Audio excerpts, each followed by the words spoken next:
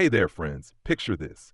You're kicking back with a cup of coffee, maybe flipping through a magazine, and suddenly you wonder, am I eating the right stuff to keep my health in check? If you're over 60 and navigating diabetes, or just want to stay ahead of it, this video is your wake-up call. Today, we're diving into the top 10 foods to avoid for diabetes over 60, plus some game-changing tips to keep you feeling vibrant. Trust me, you'll wish you knew this sooner. Like that time I found out my favorite diner fries were secretly sabotaging my blood sugar.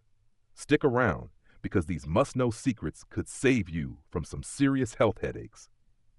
Let's get started. Imagine sitting down with a warm cup of herbal tea, maybe chamomile or mint, as we dive into a conversation about something that hits close to home for so many Americans over 60, managing diabetes through smarter eating habits. If you or someone you love is navigating life with diabetes, you know it's not just about checking blood sugar or taking meds.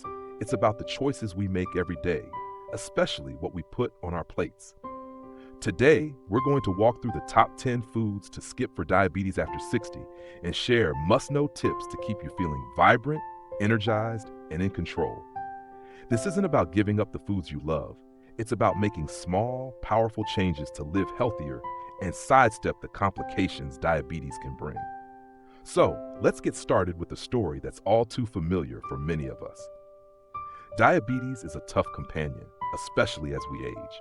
For older Americans, it's not just a number on a glucose meter. It can quietly chip away at your health, affecting your eyes, kidneys, nerves, and even your feet. Left unchecked, it can lead to serious issues like blindness, kidney failure, or in some cases, losing a limb.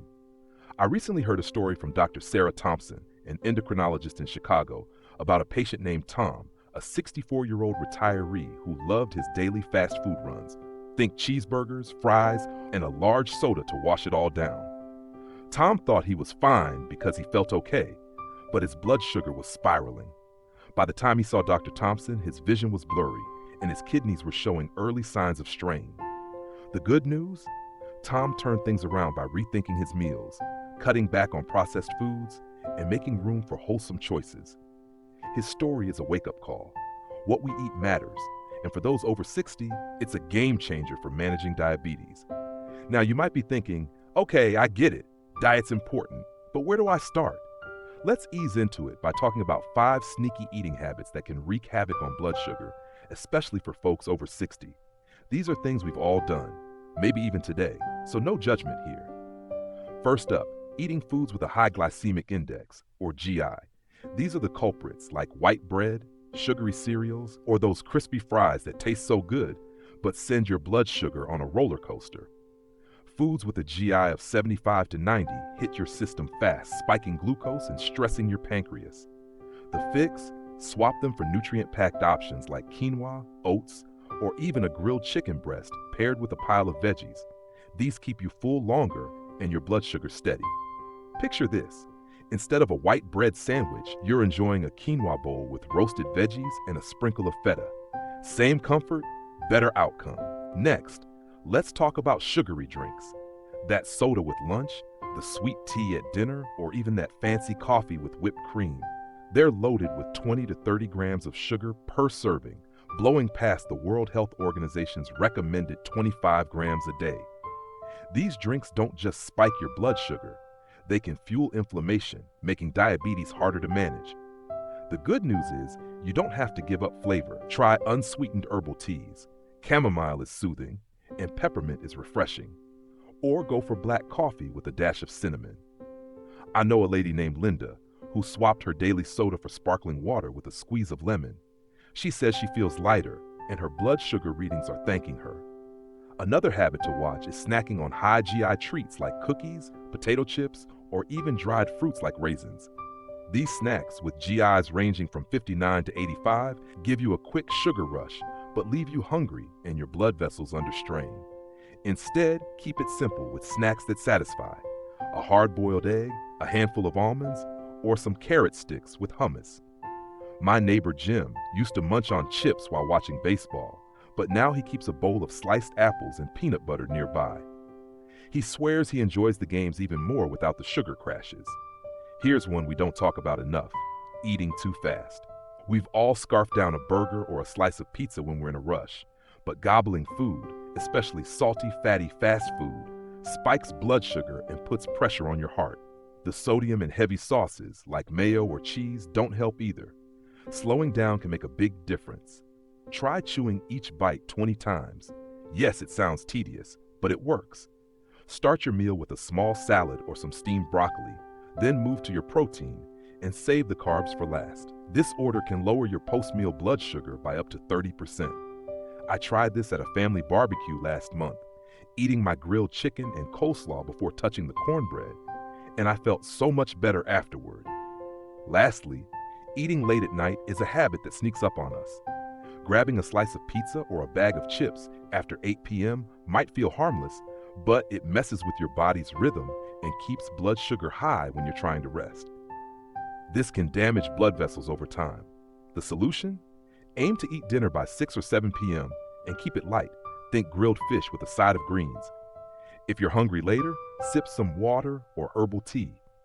My friend Maria used to snack on pretzels during late night TV, but now she has a cup of mint tea and she sleeps like a baby.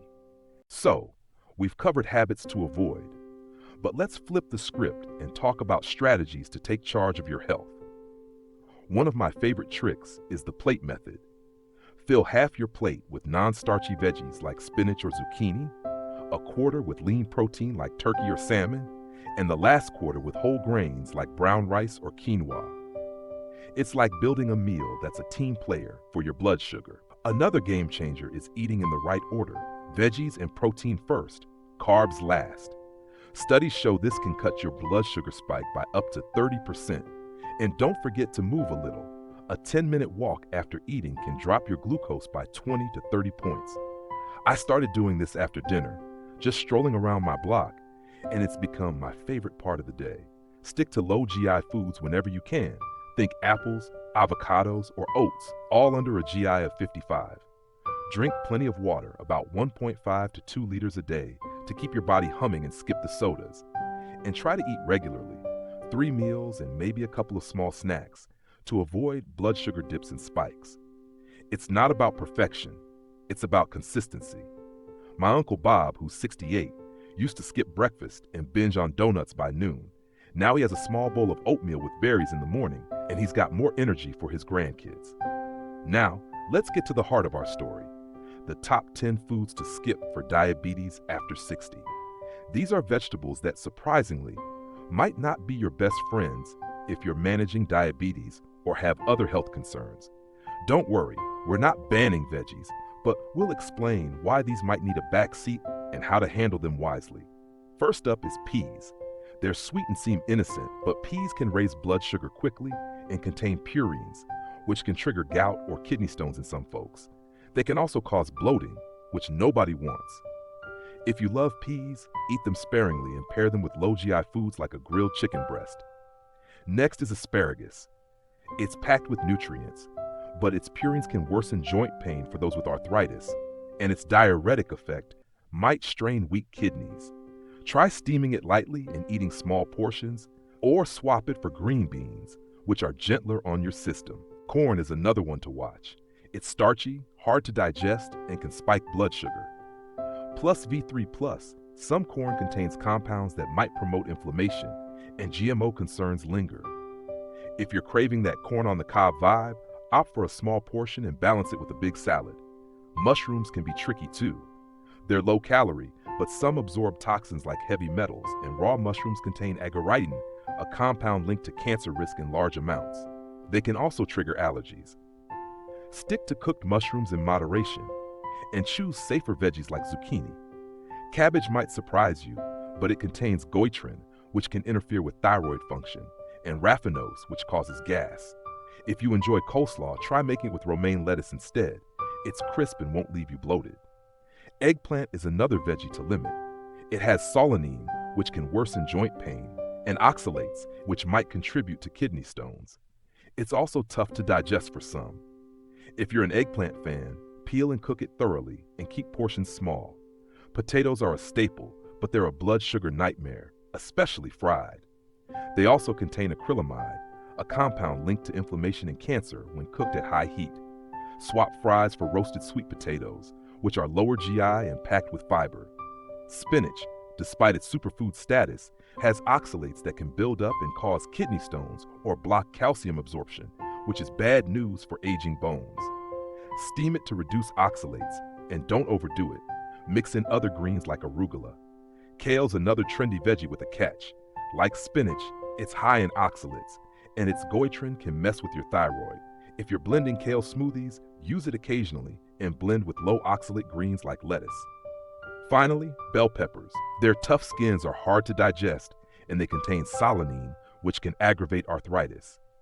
Some folks are also allergic.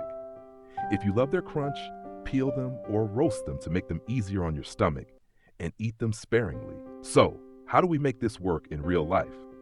It's all about smart prep and balance. For these veggies, cook them well. Steaming, boiling, or peeling can reduce harmful compounds like oxalates or solanine.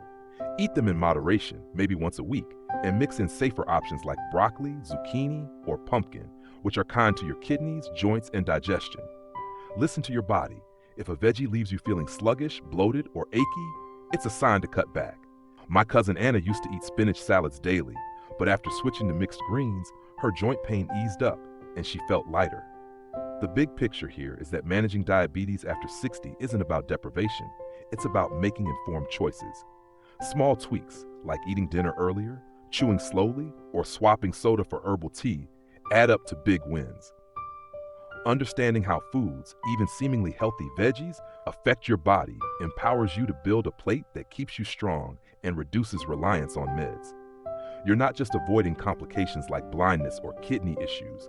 You're setting yourself up to enjoy life, whether it's playing with grandkids, gardening, or just feeling good in your own skin. As we wrap up, I want to leave you with a sense of hope. Diabetes doesn't have to define you. With these tips, you're armed to make choices that keep you thriving. So, here's to taking it one meal at a time, one walk at a time, and one day at a time. Thanks for joining me today. Let's keep this journey going. Please like and subscribe to The Health Revival for more tips to live your best life. Until next time, stay healthy, and may God bless you always.